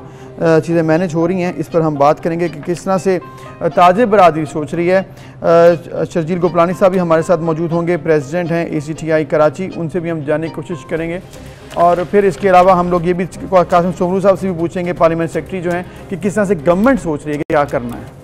प्लानी हमारे साथ मौजूद हैं, एहतजाजी कैंप में इस वक्त वो हैं, जिसकी वजह से थोड़ा सा आप देख रहे होंगे कि बैकग्राउंड में बैनर्स भी लगे हुए हैं। शर्जील गोपलानी साहब, आपने भूख हड़ताल की कॉल दे दी है, क्या इरादे हैं, गवर्नमेंट से क्या मुतालबात हैं? देखिए, मुतालबात तो वही है जो मुतालबात हमारे पहले दिन से चल रहे थे, इसमें कोई दूसरा मुतालबा नहीं है हमारे को जिस तरीके से हुकूमतनामा शाही हुक्मनामा जारी किया है सिंध गवर्नमेंट ने, इतवार वाले दिन इंटीरियर सिंध को जो है वो 1 दिन की छुट्टी की इजाजत है और कराची वालों को 2 दिन छुट्टी करनी है। इंटीरियर सिंध को रात को 10 बजे तक कारोबार करने की इजाजत है, कराची वालों को 8 बजे अपना कारोबार बंद करना है। इंटीरियर सिंध में डाइन इन आउटडोर सब चीज ऑन है, लेकिन हमारे रेस्टोरेंट बंद है। इंटीरियर सिंध में शादी हॉल खुले हुए हैं, कराची के शादी हॉल बंद किए गए। सिर्फ ये मुतासिबाना रवैया कराची के ताजिरों के साथ और कराची के जो गयूर आवाम के साथ क्यों है? ये जब अगर हुकूमत सिंध को इतनी ज्यादा तकलीफ थी तो पूरे शहर के लिए एक ही नोटिफिकेशन रखते। ये इन्होंने इस दफा जो नोटिफिकेशन निकाला है उसमें वाज़ेह तौर पर इन्होंने तासुब का इज़हार किया है, जो कराची और हैदराबाद को पूरे सिंध से अलग कर दिया है। गोपलानी साहब, इसकी वजह है ना तासुब का जो किया गया है उसमें तासुब नहीं है, वजह ये है कि इसकी वजह कि रेशो ज़्यादा थी। तो इसकी और भी बड़ी वजूहत बताएंगे। हमारे साथ कासिम सोमरू साहब मौजूद हैं। कासिम सोमरू साहब, जिस तरह से शर्जील गोपलानी साहब इस वक्त भूख हड़ताल में बैठे हुए हैं और वो बात कर रहे हैं, ताजिर बरादरी की नुमाइंदगी करते हुए कह रहे थे कि इस वक्त हमारे साथ ज्यादती की जा रही कराची और हैदराबाद के साथ, गवर्नमेंट क्या सोच रही है? ये तो एहतजाज हो रहा है कि वैक्सीनेशन जहाँ पर तेज़ है तो फिर कारोबार खोल दिया जाए जिस तरह बाकी सिंध में है, क्या कहेंगे इस सिचुएशन पर आप? बहुत शुक्रिया आपका। सर हमारी तरफ से तो हमने तो पहले भी कहा है कि जब उन्होंने कहा कि दुकानें खोलने की बात आई तो हमने कहा था वैक्सीन के सवाल से दुकानें खोल दें, वैक्सीन भी करवाएं, स्टाफ की वैक्सीन करवाएं और प्लस एसओपी जितनी एमटीआई तो एमसीओसी की तरफ से गवर्नमेंट की तरफ से जितनी डिफाइंड है आप उस पर अमल करें, बस दैट वाज द ओनली आप जो है ना हमारी डिमांड थी। उसके बाद जब आपके और हमारे प्रोग्राम में ये बैठ के इन्होंने खुद कहा कि जी हमारे तो सिर्फ 20% स्टाफ वैक्सीनेटेड है, चलो अब वैक्सीनेटेड हो गया होगा। नंबर एक बात। नंबर दूसरी बात सर इनकी सिर्फ जिद एक बात पर है ना और किसी बात जिद नहीं कि हमारी दुकानें जो है ना रात को हम दोपहर को 1 बजे खोलेंगे और रात को 1 बजे तक खोलने की इजाजत दी जाए। That is the only demand. हम कहते हैं कि जी हम सुबह 8 बजे आप सुबह 8 बजे क्या आप सुबह 6 बजे खोल दें और रात 8 बजे के बाद आप मतलब व्हाट इज द पॉइंट कि आपका उससे फायदा और नुकसान क्या होता है, ये बात हम समझने से क्या करें। पूरी दुनिया में इस तरह की कोई टेंडेंसी ट्रेंड तो नहीं है। हमारी रूरल सोसाइटी में भी इसी तरह होता है कि आप सिंध के बाकी छोटे बड़े शहर देख लें, सवाए हैदराबाद कराची के बाकी सारे शहर सुबह 8 बजे खुलते हैं, रात को 8 बजे बंद हो जाते हैं। कराची और हैदराबाद में ऐसा क्या है कि रात को 12 बजे तक 2 बजे तक आप बाहर अपने घरों के बाहर बैठे रहें, फिर रात को सुबह दोपहर में 12 बजे उठे और कहेंगे कि अब हम कासिम साहब ये लोगों की अपनी पर्सनल चॉइस है ना, इसमें स्टेट और गवर्नमेंट तो कुछ नहीं कर सकती। We can not make sure कि लोग सुबह 6 बजे ही उठें और जहां वेस्टर्न कंट्रीज का आप जिक्र कर रहे हैं वहां पर ये कल्चर कई दहाइयों से चल रहा है, तभी जाके वो ऑप्ट हुआ। शर्जील गोपलानी साहब इस पर क्या कहते हैं, उनसे बात करते हैं कि क्यों वो चाहते हैं कि 8 बजे के बजाय 6 बजे के बजाय रात 10 या 12 बजे तक की इजाजत दी जाए। जी शर्जील गोपलानी साहब, सोमरू साहब की आपने बात सुनी, इस पर आप क्या कहेंगे? सुमरो साहब को तो मैं एक जवाब दूंगा कि इंटीरियर सिंध से वो कितना टैक्स कलेक्शन करते हैं। सुमरो साहब से मैं ये पूछना चाहूंगा कि पिछले 2 साल के अंदर हमें फिगर बताएं कि इंटीरियर सिंध से कितने जुर्माने किए। सिर्फ कराची के लोग जुर्माने देने के लिए, रिश्वतें देने के लिए और टैक्स देने के लिए बच्चे हमारी गर्दन पतली है। आपने 10 बजे का इंटीरियर सिंध को इजाजत दी है, कराची से आपने तासुब वाले से सलूक क्यों रखा है कि आपने 8 बजे कराची गई है? क्योंकि आपके कराची वालों को नफरत है। आप आज बरबला आप जाहिर कर रहे हैं कि आपको कराची वालों को नफरत है। हमें शर्म आती है आपसे बात करते हैं। गोपलानी साहब गोपलानी साहब वजह ये नहीं है कि कोई तासुब है, वजह ये है कि रेशो ज्यादा थी। सिंपल जवाब है, सिंपल जवाब गोपलानी साहब, रेशो ज्यादा थी। अगर 30% इंटीरियर सिंह को रात को 10 बजे कारोबार करने की इजाजत है, गोपलानी साहब कराची वाले को जो है रात को 10 बजे। अच्छा गोपलानी साहब आप जरा वेट करिएगा, आपका ये सवाल हम सोमरू साहब के सामने रख देते हैं। सोमरू साहब वो कह रहे हैं इंटीरियर सिंध को 10 बजे तक का टाइम दिया हुआ है, कराची और हैदराबाद में 8 बजे का, जरा उनको समझा दीजिएगा। तो असल में इस वक्त गोपलानी साहब अपने लोगों के साथ बैठे हुए हैं, थोड़े जज्बाती हैं और थोड़े जो हैं वो जाहिर है उनको अपने लोगों के साथ जो भी उन्होंने अपना पैरामीटर रखा हुआ उस पैरामीटर पे उनको जो है ना वो सिंक्रोनाइज करना है, ठीक है। लेकिन अब मैं उस पर उनकी जज्बात वाली बात, तासुब वाली बात, ये सारी बातें जो है ना ये पॉलिटिकल स्टेटमेंट है, इस पर मैं कुछ नहीं कहता। लेकिन मैं सिर्फ इतनी सी बात करता हूँ कि कराची के डायनामिक्स, हैदराबाद के डायनामिक्स, जहाँ पर वर्टिकल पॉपुलेशन है, जहाँ पर बहुत ज़्यादा थिक पॉपुलेशन है, जहाँ पर स्प्रेड आपके बकौल स्प्रेड बहुत ज़्यादा है। नंबर एक बात ये है कि आपने ये तमाम पैरामीटर्स उसी कॉन्टेक्स्ट में हम लिए जाते हैं और इसका कोई दूसरी बात ये है सर, ये सिंध के जो बाकी शहरों और तासुब वाली बात और टैक्स वाली बात जो करते हैं तो ये तमाम चीजें इंटरलिंक्ड होती हैं। ये नहीं होता है कि जी आप सारी बिजनेस और सारा टैक्स जो है ना वो इम्पोर्ट पे आपका पोर्ट आपके पास, इसका मतलब ये नहीं होता कि जी सारे जो है ना वो वो जो प्रोडक्ट्स गुड्स आती हैं उसका टैक्स देने वाले नगर पार्कर में भी है, कश्मीर में भी है, गिलगित बल्तिस्तान में भी है, आजाद कश्मीर में भी है। इसका मतलब ये नहीं होता कि कराची वाले जो है ना वो ऊपर से हम आपकी ये बात बड़ी वैल्यूएबल है और आपने बड़ी फैक्ट्स के साथ बात की। एक मिनट बात सुनने, एक जो तासुब की बात करते हैं, ये सारा जो दरियाए सिंध का पानी आता है वो अंदरून सिंध से आता है। ये फूड सिक्योरिटी है वो अंदरून सिंध से आती है, ये कहीं बाहर से नहीं आती। ये तमाम के तमाम ये इस तरह की तासुब वाली ये मुनाफिकाना बात, ये जो पॉलिटिकल स्टेटमेंट होती है, ये जो आप इस तरह की नफरतें फैला रहे हैं, ये कोई वो फेक नहीं है। फेक ये है, ये प्योरली हेल्थ पैरामीटर्स की बुनियादों पर डिसीजन लिए जाते हैं, एक्सपर्ट की बुनियाद बेस के लिए जाते हैं, ये फैक्ट्स और फिगर एनालाइज करके उसके बाद डिसीजन लिए जाते हैं। ये किसी किस्म की हमने इनके साथ 10 दफा बात की, हम 50 दफा और भी बात कर लेंगे, लेकिन उसका मतलब ये नहीं होगा कि आप इससे जो है ना वो आके कहेंगे कि ये सिर्फ एक पार्टी को एक एक आइडियोलॉजी को जो है ना पूछ के इसकी आड़ में करने के जो है ना मोड में ये अनएक्सेप्टेबल है। आप प्योरली हेल्थ ग्राउंड के ऊपर, प्योरली आप एडमिनिस्ट्रेटिव ग्राउंड के ऊपर बात करें। हम government of Sindh is always ready to talk. बिल्कुल सही कासिम सोमर साहब, आपकी बात बिल्कुल ठीक है कि इस वक्त ये तमाम हेल्थ सेक्टर ने जो डिसीजन लिए हैं उसकी वजह यही है कि जब रेशो ज़्यादा थी और दीगर मसाइल भी आपने बताए।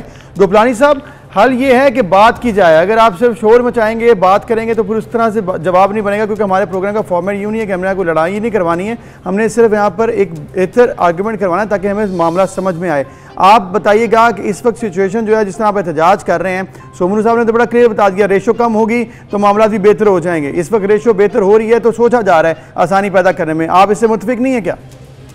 बिल्कुल मुतमईन नहीं है, और ये बात ये गलत कर रहे हैं कि हमसे मुज़ाकरात किए जाते हैं। हमसे जो आखिरी मुज़ाकरात जहाँ इकरामुल्लाह दारियानी साहब ने किए वो भी अपनी ज़बान पे कायम नहीं रहे, और आज इनका ये हाल है कि हमको फेस भी नहीं कर सकते। दूसरी बात मैं आपको ये बताता चलूँ, वैक्सीनेशन की ये बात कर रहे हैं, इस वक्त इन्हीं के इदाद शुमार के हिसाब से जिला जनूबी में 70% से ज्यादा वैक्सीनेशन ये कर चुके हैं। 44% से ज्यादा 3 दिन पहले का इनका रेशियो है। कराची वैक्सीनेटेड हो चुका है और हो भी रहा है। हमने हर जगह पे इनके साथ कॉपरेशन किया है। हमने किसी चीज पे इनके साथ ऐसा नहीं किया कि इनके साथ कॉपरेट नहीं किया हो। लेकिन आज एक मुतासिबाना जो नोटिफिकेशन है जिसकी बात इनका जस्टिफिकेशन सिर्फ यही है कि कराची में समंदर है तो समंदर में कराची वालों को फेंक दो। ठीक है, गोपलानी साहब का आपका स्टेटमेंट आ गया, आपका पॉइंट ऑफ व्यू आ गया। सोमरू साहब, आप कुछ कह रहे थे बीच में लेकिन आपकी आवाज नहीं पहुंच पा रही थी, क्या कहना चाह रहे थे आपसे? मैं कुछ नहीं कह रहा, मैं सिर्फ इतनी सी बात कर रहा हूँ कि ये इस बात से हट के हमने इनके साथ दोबारा से, इन्होंने हमारे साथ बैठना है, हमने इनके साथ बैठना है। तो ये हम एडमिशन कराची, लेकिन इस पे नोटिस उन्हें इस पे सोचा होगा, गवर्नमेंट सीएम साहब से बात की होगी, जो बाकी स्टेक होल्डर है उनके साथ बात की होगी। हमने जब ऑनरेबल सीएम साहब हमसे पूछेंगे, गवर्नमेंट ऑफ हेल्थ डिपार्टमेंट से पूछेगा, हम अपना ओपिनियन जो स्प्रेड और कोरोना की जितनी जो वैक्सीनेशन है और स्प्रेड है दोनों को मद्देनजर रखते हुए हम ये उनको जो है वो बताएंगे। नंबर 1 बात। नंबर दूसरी बात कि जिस तरह से एनपीआर के ऊपर ये कितना अमल कर रहे हैं, कितना अमल कर रहे हैं, उस पे हमने उनको बताना है कि वो एडमिनिस्ट्रेशन बताएगी कि ये कितना अमल करते हैं, कितनी एसओपी को फॉलो करते हैं। हमने और आपने मिलकर आज भी बैच में जहाँ पर स्प्रेड कम है, जहाँ पर वैक्सीनेशन ठीक है, वहाँ पे जो शासन जाता है उसके ऊपर मास्क मैंडेटरी है, उसके वो 50 लोग ज्यादा 1 लोगों का अफोर्ड नहीं करते, वो वैक्सीन चेक करके इसकी वैक्सीनेशन है कि नहीं है, ये सारी बातें बताने के लिए साहिबान ये सारी अमल करते हैं, नहीं करते।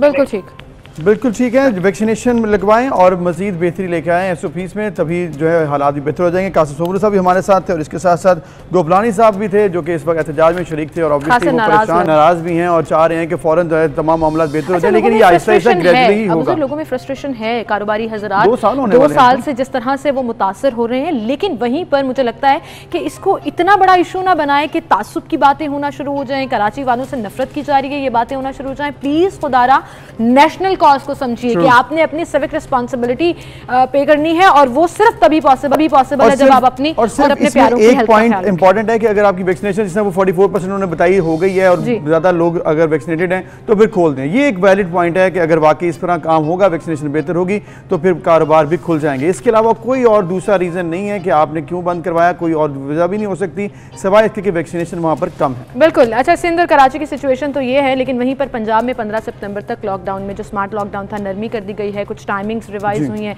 कुछ चीज़ों को रिलैक्स किया गया है, लेकिन बात वही है कि अकोमोडेट उसको किया जाएगा सिर्फ जो वैक्सीनेटेड होगा। हम एक ब्रेक लेनी है, फिर हाजिर होंगे।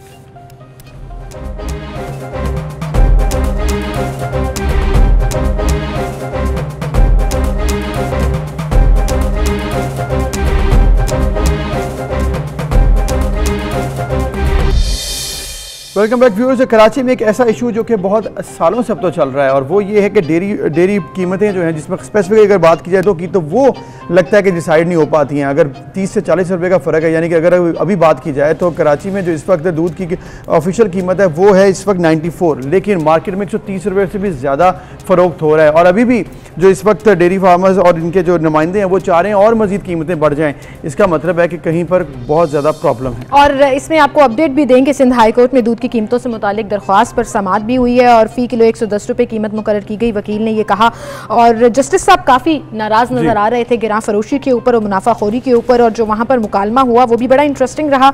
और इसके साथ साथ जो दूध में केमिकल मिलाने की इतलात हैं और जो गैर मुज़र सेहत जो दूध है उसकी फरोख्त, वो एक अलग इशू है और वो भी एग्जिस्ट कर रहा है। लेकिन बहरहाल आज का हमारा टॉपिक कीमतों के हवाले से है कि लोग बेचारे पहले ही महंगाई तले दब चुके हैं और वहीं पर अगर गिरां फरोशी और मुनाफाखोरी होगी तो बेचारी आवाम किधर जाएगी। हमारे साथ president dairy cattle farmer association Shakir Umar Gujjar साहब मौजूद हैं।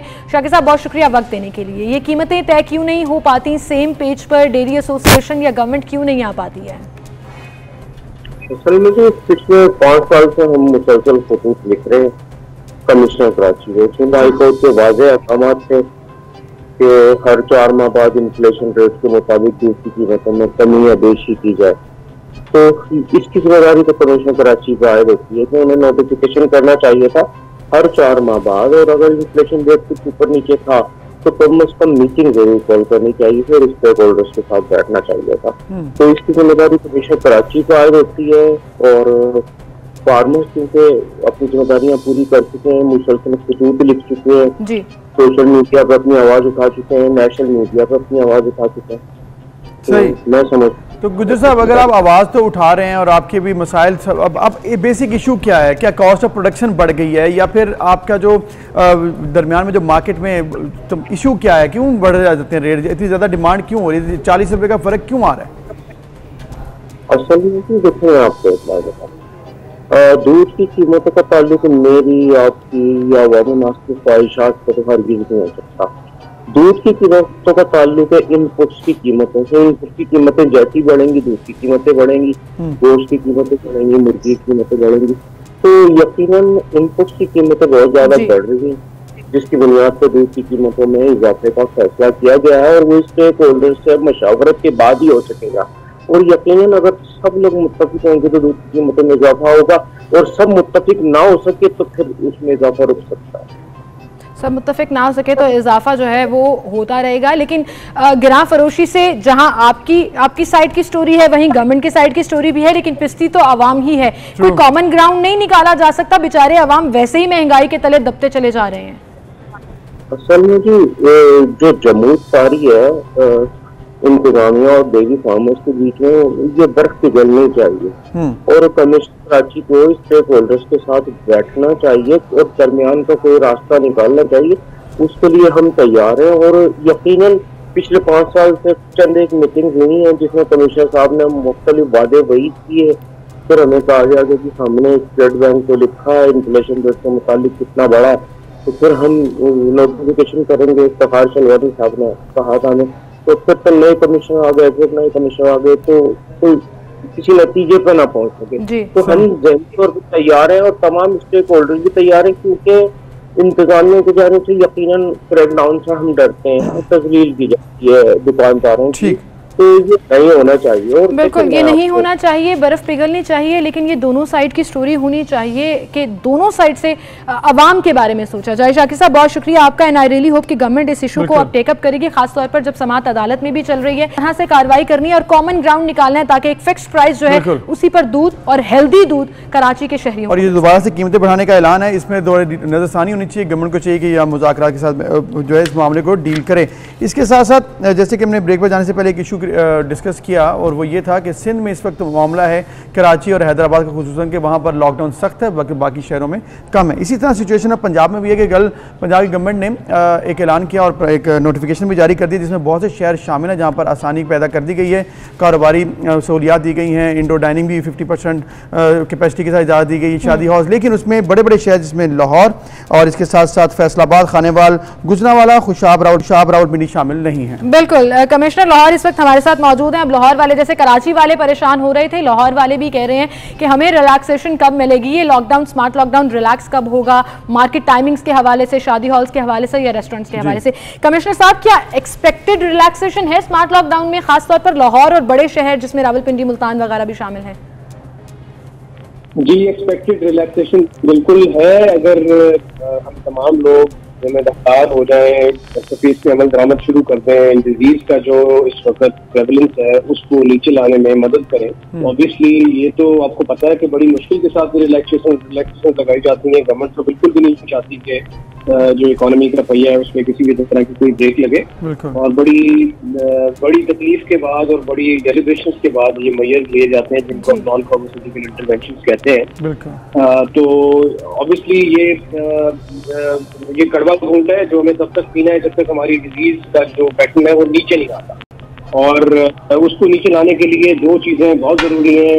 आपने भी बात की है, हम भी बार बार बात करते हैं, लोगों को भी रियलाइज करना चाहिए कि SOPs पे अमल दरामद करें, मास्क पहन के निकलें, सोशल डिस्टेंसिंग के प्रिंसिपल पे अमल करें, और आजकल हम सबसे ज्यादा जो एम्फेसिस है वो वैक्सीनेशन पे दे रहे हैं। आज भी अगर आप लेओ हॉस्पिटल में जो लोग एडमिटेड हैं उनकी डिटेल मालूम करेंगे तो जो मेजॉरिटी नंबर है वो आपको नॉन वैक्सीनेटेड लोगों का मिलेगा। यानी कि अस्पताल में इस वक्त जो लोग मरीज दाखिल हैं कोविड की वार्ड्स में, ओवरवेलमिंगली उसके अंदर जो नंबर है वो अनवैक्सीनेटेड लोगों का है, और ये पैटर्न जो है ये आपको पूरे पंजाब में हर अस्पताल में इस तरह से नजर आता है। तो जो ओवरऑल एडमिशन है उसमें बहुत कम तादाद है पार्शली वैक्सीनेटेड और फुली वैक्सीनेटेड लोगों की। तो जितनी जल्दी लोग वैक्सीनेट कराएंगे उतनी जल्दी हम इस सूरत हाल से बाहर निकल सकते हैं। अब जो कि टारगेट बनाया होता है, जिसमें हमने कराची की बात की कि 44% वहाँ पर वैक्सीनेटेड लोग हैं और वो डिमांड कर रहे हैं कि यहाँ पर मामला अब ठीक होने चाहिए, तो लाहौर में इस वक्त क्या टारगेट सेट है कि कब ये आसानी होगी? अभी तक तो यही है कि 8 बजे तक कारोबार है और बाकी भी सख्तियाँ उसी तरह से हैं। कोई टारगेट सेट है कि कब, और रिव्यू 15 को जब होना है तो कहाँ तक पहुँचेगा तो आसानी हो जाएगी? हमारा जो नॉन फार्मास्यूटिकल इंटरवेंशन लगाने का जो यार्डस्टिक है वो वैक्सीनेशन नहीं है। वो हमारे अस्पतालों के अंदर जो हमारे पास अवेलेबल फैसिलिटीज हैं, यानी कि वेंटिलेटर्स या जो बेड की जो रिमेनिंग तादाद है वो हमारा यार्डस्टिक होता है कि कितने % हमारे पास अब अवेलेबिलिटी रह गई है। और आपको पता है कि हमारी जो कैपेसिटी है वो हमने पिछली 3 वेव्स के अंदर अपनी कैपेसिटी को बहुत ज्यादा बढ़ा लिया हुआ है, और हमने काफी ज्यादा जो है वो स्केल अप कर लिया हुआ है फैसिलिटीज को। तो हमारा यार्डस्टिक तो ये है कि खाली वेंटिलेटर्स कितने हैं, खाली बेड कितने हैं। तो जब एक खास थ्रेशोल्ड को क्रॉस करता है, कुछ शहरों में कुछ जगहों पे वो 75% है, कुछ जगहों पे वो 65% है और कुछ जगहों पे वो 85% है, जब वो उस थ्रेशोल्ड को क्रॉस करता है तब हम ये नॉन फार्मास्यूटिकल इंटरवेंशन लेकर आते हैं फील्ड के अंदर। तो जब उस थ्रेशोल्ड से वो नीचे जाएगा तो ऑब्वियसली फिर ये रिलैक्सेशन की तरफ बात जाएगी। साइमल्टेनियसली हम जोर दे रहे हैं, हम अपने बड़े एम्बिशियस टारगेट्स लेकर चल रहे हैं वैक्सीनेशन को, क्योंकि हमें इस बात का भी अंदाजा है कि वैक्सीनेशन समहाउ इसके साथ रिलेटेड है। At this point in time हम इसको वैक्सीनेशन से रिलेट नहीं कर रहे, हम इसको अपनी अवेलेबल फैसिलिटीज से रिलेट कर रहे हैं कि कितने बेड या कितने वेंटिलेटर्स हमारे पास खाली रह जाएंगे तो हम इनको रिलैक्स करेंगे। बिकॉज ओवरऑल ये जितनी भी नॉन फार्मास्यूटिकल इंटरवेंशन है इनका जो मकसद है वो सिर्फ और सिर्फ हमारे हेल्थ सिस्टम को चलते रहने देना है, यानी कि हेल्थ सिस्टम किसी भी वक्त किसी स्ट्रेस में ना आए, क्योंकि जब हेल्थ सिस्टम स्ट्रेस में आएगा तो जो फर्टिलिटीज है वो भी बढ़ जाएंगी और उस वक्त जो है वो फिर डिजीज जो है वो ज्यादा नुकसान मचाएगी। उसको कंट्रोल में रखने के लिए, अपने कर्व को फ्लैटन रखने के लिए ये नॉन फार्मास्यूटिकल इंटरवेंशन लगाई जाती हैं, और जब वो कर्व नीचे आ रहा होता है तो ऑब्वियसली फिर उनमें रिलैक्सेशन आती है। तो हमें बड़ी उम्मीद है, पिछले 2-1 दिनों का जो डाटा है वो थोड़ा हौसला अफजा है। हम समझ रहे हैं कि अगर लोग और जिम्मेदारी दें तो अगले 5-7 दिनों में जो इम्पैक्ट है वो हमारे हेल्थ सिस्टम पे आना शुरू हो जाएगा, and then we can expect in the next 15 days कि ये इंशाल्लाह बेहतर होगी। कैप्टन साहब, जाते जाते जरा ये क्लियर कर दीजिएगा, जब भी कोई नोटिफिकेशन आता है ना लोग थोड़ा सा कंफ्यूज भी हो जाते हैं। पंजाब के 25 शहरों में तो हुआ है, लेकिन लाहौर, फैसलाबाद, मुल्तान मेजर सिटीज में नहीं हुआ। और स्पेसिफिकली लाहौर की अगर बात करें तो लाहौर में 27 अगस्त को जो लेटर जारी किया गया था उसके अकॉर्डिंगली SOPs होंगे, वो थोड़ा सा जरा एक्सप्लेन कर दीजिएगा। वो SOPs क्या है, मार्केट टाइमिंग्स क्या होंगी, इंडोर बंद है, ये अगर आप लाहौरियों को बताएंगे तो जरा ज्यादा और बेहतर अंदाज में समझ आ जाएगी।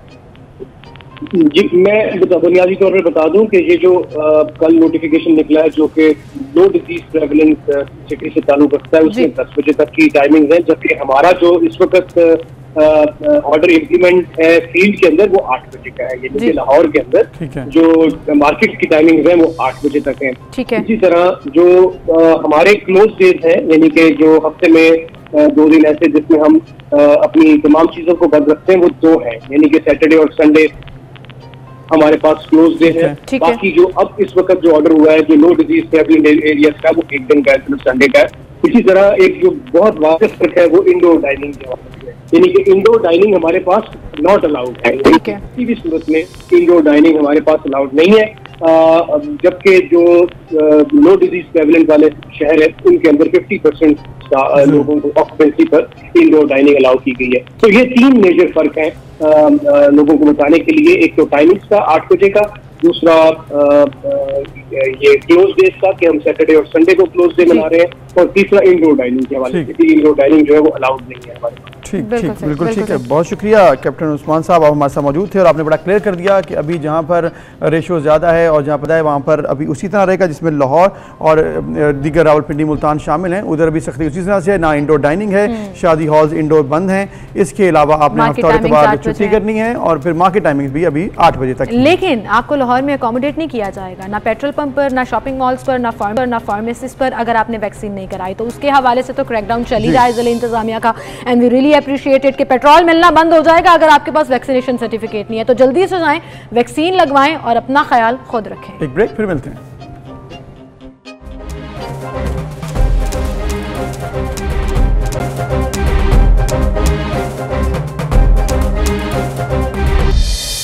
Welcome back. एक बार फिर से आपको खुशामदीद कहेंगे नाज़रीन। जनवरी से लेकर अगस्त तक जो रेशो सामने आई है, लाहौर शहर में, एक मेट्रोपॉलिटन सिटी में, खवातीन को जो हवस ज्यादती का निशाना बनाया गया वो 371 है। 371 रिपोर्ट्स हैं, 371 खानदान है जो इस पूरे ट्रॉमा से गुजर रहे हैं। लेकिन सवाल वहीं पर आता है कि उन 371 रिपोर्ट्स में किस किस की कन्विक्शन हुई, किस किस को सजा मिली और केस कहां तक। बिल्कुल, ये बड़ा अहम पहलू है और इस पर देखना भी होगा। और इसके साथ साथ ना सिर्फ खवातीन बल्कि बच्चे और बच्चियां जिनके साथ रेप के वाक़यात हुए वो भी इस वक्त चाह रहे हैं कि उनको इंसाफ मिले। लेकिन फिर इस वक्त हमारा इंसाफ जो देने वाले डिपार्टमेंट्स हैं वो आखिर क्या कर रहे हैं, कहाँ पर जो कन्विक्शन रेट है पहुँची और क्या सुकम इस वक्त हमारे सामने आ रहे हैं, उस पर हम बात करेंगे। हमारे साथ मौजूद हैं सीनियर क्राइम रिपोर्टर हमारे इरफान मलिक साहब। इरफान मलिक साहब, बहुत शुक्रिया आपने वक्त दिया। ये जो सिचुएशन इस वक्त हम बात कर रहे हैं कि 371 खवातीन सिर्फ जो है लाहौर में निशाना बनी और अभी तक क्या सिचुएशन है। बात की जाती है जी मुल्जिमान हमने पकड़ लिए, सजा दिलवाई क्या किसी को? अबूजर, ये एक ऐसा सवाल है जो पूरी मशीनरी के ऊपर एक सवाल खड़ा करता है कि इनकी कारकर्दगी क्या है। आपको हुकूमत की तरफ से बहुत से दावे ऐसे हैं कि विमेन प्रोटेक्शन के हवाले से बहुत काम किया जा रहा है, पुलिस की तरफ से ऐसे दावे किए जा रहे हैं कि हम इनको जो मुल्ज़मान हैं उनको कैफ़रे किरदार तक पहुँचाएँगे। लेकिन एक अफसोसनाक चीज़ आपको बताएं कि रवां साल में जो 371 खवातीन के साथ रेप हुआ उसमें से किसी एक मुल्ज़िम को भी सज़ा नहीं हो पाई। और अगर हम गुज़िश्ता साल की बात करें 2020 की, तो उसमें भी सिर्फ एक केस हमारे सामने आता है जो मोटरवे ज़्यादती का केस है। उसके अंदर मुल्ज़िमान को सज़ा हुई, ख्वाह के वो सज़ा अभी तक जो है उसके ऊपर इम्प्लीमेंट नहीं हुआ। दूसरी जानिब आपको बताएं कि वो केस भी इस वजह से उसके अंदर सज़ा हुई क्योंकि तमाम जो हुकूमती फोकस था और पुलिस का फोकस, जुडिशरी का फोकस तमाम उस केस के ऊपर था और इसी वजह से उसका स्पीडी ट्रायल हुआ और मुल्ज़िमान को सज़ा दी गई। लेकिन अभी तक वो सज़ा के ऊपर इम्प्लीमेंट नहीं हो सका। दूसरी जानिब आपको बताएं कि लाहौर में जो केसेस हुए इसमें पुलिस की एक बहुत बड़ी जो है वो गफलत नज़र आई इनके अपने रिकॉर्ड के अंदर, जिसमें ये बताया गया कि 371 मुल्ज़िमान जो रेप के केसेस रिपोर्ट हुए, जिसमें 419 केसेस मुल्ज़िमान जो थे वो नामज़द थे और उसमें सिर्फ जो हैं 205 जो मुल्ज़िमान हैं उनको गिरफ़्तार किया जा चुका। 214 मुल्ज़िमान ताहाल जो हैं वो गिरफ़्तार नहीं हो पाए और उसमें पुलिस ने जो इन्वेस्टिगेट किया उसमें 60 अफराद को बेगुनाह कर दिया गया। 94 केसेस ऐसे थे जिसमें DNA जो कलेक्शन थी वो लेट की गई, जबकि इसके साथ साथ जो मेडिकल करवाने की रेशो थी कि ख़वातीन की SOPs के मुताबिक जब भी कहीं ऐसा वाक़या रिपोर्ट होता है तो फौरी तौर पे जो विक्टिम ख़वातीन हैं उनका फौरी तौर पे DNA सैंपलिंग करवाई जाती है और उसके साथ साथ उनका मेडिकल करवाया जाता है ताकि इनकी रिपोर्टें लगाकर केस को प्रोसीड किया जाए अदालतों में और अदालतें जो हैं वो तमाम शवाहिद देखते हुए उन मुल्ज़िमान को सज़ा दे पाएँ। लेकिन अफसोसनाक चीज़ ये है कि पुलिस की जानिब से जो एविडेंस कलेक्शन है खुसूसी तौर पर इन्वेस्टिगेशन विंग की, वो इंतहाई वीक है और उसी वजह से जो मुल्ज़िमान हैं ना तो इन्हें सज़ाएँ होती हैं और सज़ाएँ ना होने की वजह से ये मुल्ज़िमान बच निकलते हैं। लाहौर में आपको एक वाक़या याद होगा, चंद रोज़ कबल पेश आया जिसमें चुंग में माँ बेटी को रेप का निशाना बनाया गया और उसका मुल्ज़िम जो था वो पहले भी हमने ये बताया कि वो नवाब टाउन पुलिस स्टेशन में इसी तरह का एक केस जिसमें उसने एक खातून को रिक्शे में बिठाया था, उसके साथ रेप किया और बाद में क्योंकि वो जो प्रोसीडिंग थी उसकी कोर्ट की वो इतनी लेंथी थी कि उस खातून ने खुद जो क्विट कर लिया, उसने कहा कि मैं इस केस की प्रोसीडिंग नहीं करना चाहती। तो ये चीज़ें जो हैं, ये जब तक ये चीज़ें बेहतर नहीं होंगी, हम ये उम्मीद नहीं कर सकते कि ऐसे दरिंदा जो हैं उनको कैफरे किरदार तक पहुंचाया जा सकेगा। इरफान, आपकी बात बिल्कुल ठीक है। इतनी टेक्नोलॉजी एडवांसमेंट होने के बावजूद आपका केस कमजोर रहे और अदालत तक उस तरह से ना पहुंच सके तो शर्म का मकाम होना चाहिए, खासतौर पर खवातीन को लेकर। हम यहाँ पर लड़ाई ये लड़ते हैं कि खवातीन आकर रिपोर्ट नहीं करती, फैमिलीज विक्टिम को ही दबाने की कोशिश करती हैं बजाय इसके कि अक्यूज्ड के खिलाफ बाहर निकले। अब ये 371 खानदान बाहर निकले, रिपोर्ट किया, पुलिस के पास गए। कितने अफसोस का मकाम है कि पुलिस और वो जो पूरा सिस्टम है उनको तहफ़्फ़ुज़ और इंसाफ ही फराहम नहीं कर पा रहा है।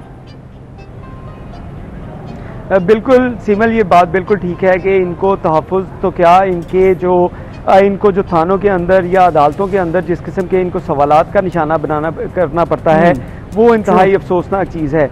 हुकूमत की तरफ से देखें, इसमें एक लाहौर के अंदर अगर हम बात करें तो लाहौर में ख़वातीन के लिए सिर्फ एक पुलिस स्टेशन मौजूद है, जिसमें अगर ख़वातीन के साथ ऐसा कोई मिसहैप होता है तो वहाँ पे रिपोर्ट कर सकते हैं। वहाँ पे भी हम अक्सर ये चीज़ें सामने आती है कि वहाँ पे नफरी की कमी है।